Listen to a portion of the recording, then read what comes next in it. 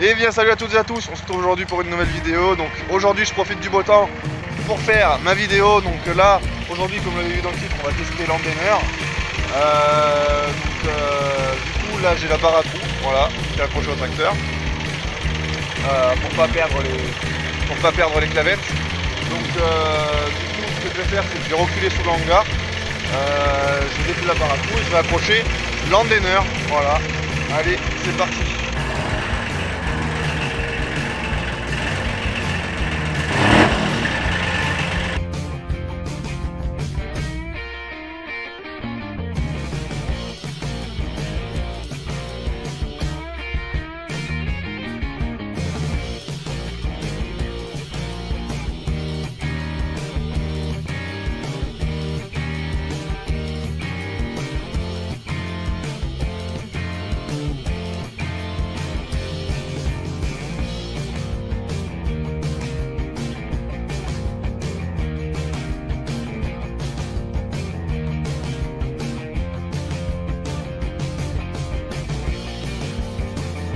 Bien, ça y est, j'ai attelé l'Andener au tracteur. Donc bon, je l'ai éteint 3 secondes pour pouvoir parler sans gueuler.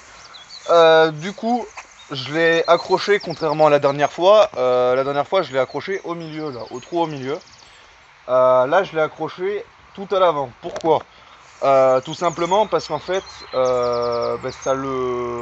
disons que ça le baisse, c'est-à-dire que là, il est plus vers le bas. Alors que si je l'avais accroché au trou du milieu, là le bout là il aurait été beaucoup plus en haut, voilà. Et si je l'accroche au dernier, là c'est vraiment beaucoup trop haut.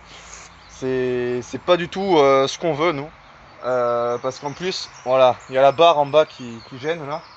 Il y a la barre qui gêne et on peut pas l'enlever car c'est la même barre pour atteler là, voilà, c'est la même barre. Donc du coup ce qu'on va faire, c'est que on va aller tout là-bas à l'entrée. Il y a encore des poteaux EDF qui traînent, beaucoup moins longs que la dernière fois. On va commencer par tester avec ceux-là et ensuite on ira tester avec des beaucoup plus longs qui traînent dans les ronces, beaucoup plus loin. Allez, c'est parti!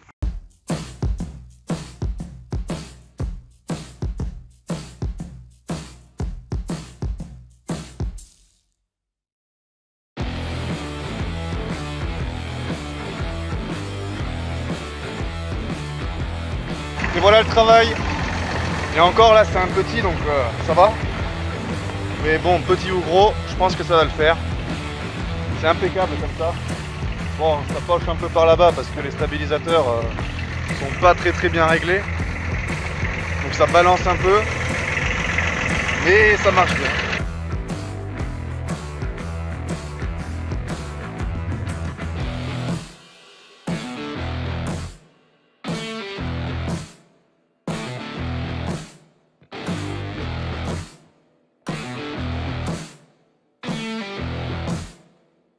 Et voilà, ça s'est déchargé impeccable. Donc là ce que je vais faire, c'est que je vais aller chercher les deux autres là-bas.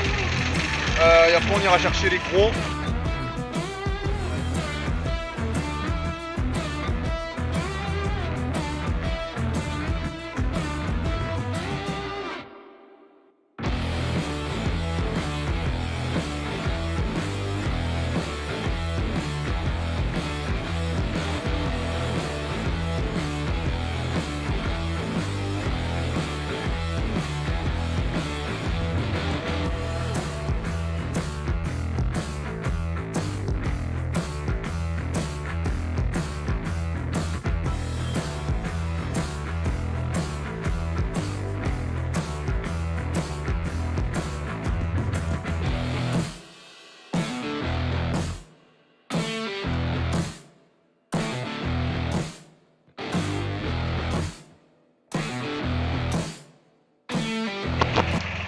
Bon, du coup j'ai ramené le troisième poteau hors caméra, voilà. Donc là-bas il n'y a plus de poteaux, c'est bon.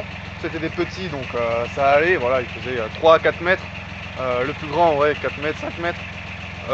Du coup ce truc ça va vachement bien, je suis trop content, ça marche. Par contre il y a deux défauts, du coup j'ai trouvé deux défauts en apportant 3 poteaux, donc, et encore ils sont petits les poteaux. C'est que quand ça penche un peu sur le côté, déjà si les stabilisateurs sont mal réglés, le poteau est complètement sur le côté, ce qui fait que ça attire le tracteur un peu vers le bas, donc ça peut amener à un retournement si jamais ça venait à dévier d'un coup, quoi. Donc ça déjà, c'est le premier truc. Deuxième truc, c'est que quand on prend une bosse, le tracteur lui il fait juste comme ça, mais le poteau à l'arrière, s'il fait 10 mètres, il va faire comme ça. Voilà, donc ça c'est pareil, c'est que ça magne un peu le relevage, quoi.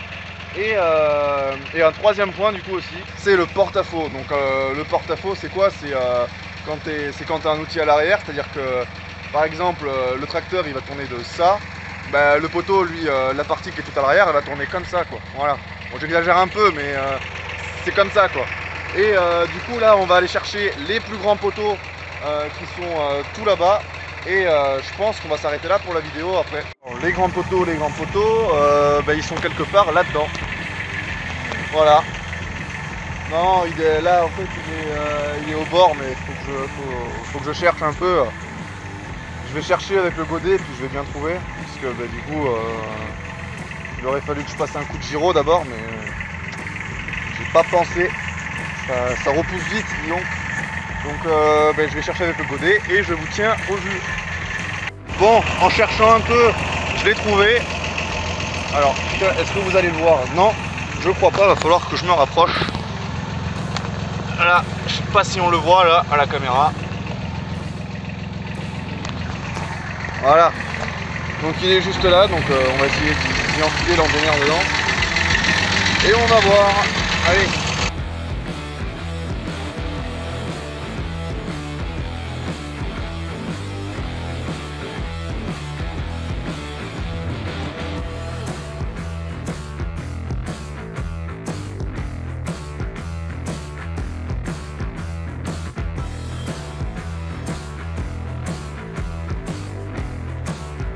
Bon, à la GoPro vous avez pas vu grand chose finalement parce que les ronces elles me l'ont couché. Mais voilà, tac. Et franchement ça va bien. Mais lui il est moins long que ceux que j'ai amenés avec la remorque. Je serais bien curieux de voir comment ça fait. Du coup on va l'amener. Je pensais qu'il était plus long que ça, mais par contre il y en a un qui est tout là-bas là. Lui par contre il est long. Et je pense pas qu'on y aille aujourd'hui. Voilà, parce que ça va être chaud pour le trouver celui-là. Donc voilà.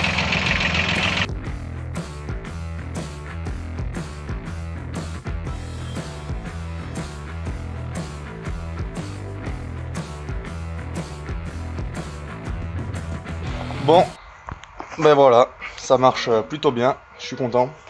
Donc je l'ai pas dit dans la dernière vidéo, donc là vous allez le voir, voilà. Il reste la cardan dedans. Alors pourquoi? Parce qu'en fait on avait accroché le rotor à un arbre et on tirait là-dessus avec le tracteur, voilà, à fond, et ça l'a écarté que de ça, voilà, en le faisant pendant 5 minutes. En essayant, avec des bouts de ferraille, machin, tirer avec le tracteur. Donc du coup, on a même coupé ça là-dedans, voilà. Bon, c'était un peu galère parce que ça touchait les bords de ça et du rotor, mais voilà. Un petit truc aussi, pour les plus vieux de la chaîne, à l'époque j'avais fait une vidéo qui s'appelait C'est un échec avec l'endainer, je crois que je l'avais appelé comme ça. Alors en fait j'arrivais pas à l'atteler, pour la simple et bonne raison que c'est la cardan qui était beaucoup trop longue, voilà. Parce qu'en fait c'est pas du tout adapté à ce type de tracteur, je vais vous montrer. Et contrairement aux outils qu'on a pour le Kubota, nous, le 3 points est un peu plus bas, j'ai l'impression. Et là, par contre, les bras, forcément, c'est beaucoup plus large. Ce qui fait que là, les bras du Kubota, ils sont pratiquement élargis à fond. Voilà. Donc là, ça va, on arrive à le prendre à la main. Donc pour l'atteler, ça va. Mais autrement, à l'époque, j'avais pas du tout réussi à l'atteler. J'avais passé 3 heures dessus. C'était même pas la peine. Franchement, voilà. Et donc du coup ce dard ça va être un petit peu un outil multifonction. Comme je vous ai dit là il transporte les poteaux. On va également faire une masse, c'est-à-dire que dedans on va mettre un tube en PVC et on enquillera ce tube là dans le trou. Et voilà, quand on lèvera le bloc de béton, voilà, ça fera une masse. Et ce qu'on pourrait éventuellement faire c'est un pic-bot arrière ou un godet arrière, voilà, je sais pas. Voilà, on pourrait adapter quelque chose. dessus. Quelque chose de démontable. Voilà, et comme ça serait un outil multifonction. En tout cas, ça m'a plu de faire cette vidéo, donc si c'est le cas, n'hésitez pas à liker, partager, commenter la vidéo, à vous abonner également. En tout cas, je vous dis à dans une prochaine vidéo. Allez, ciao!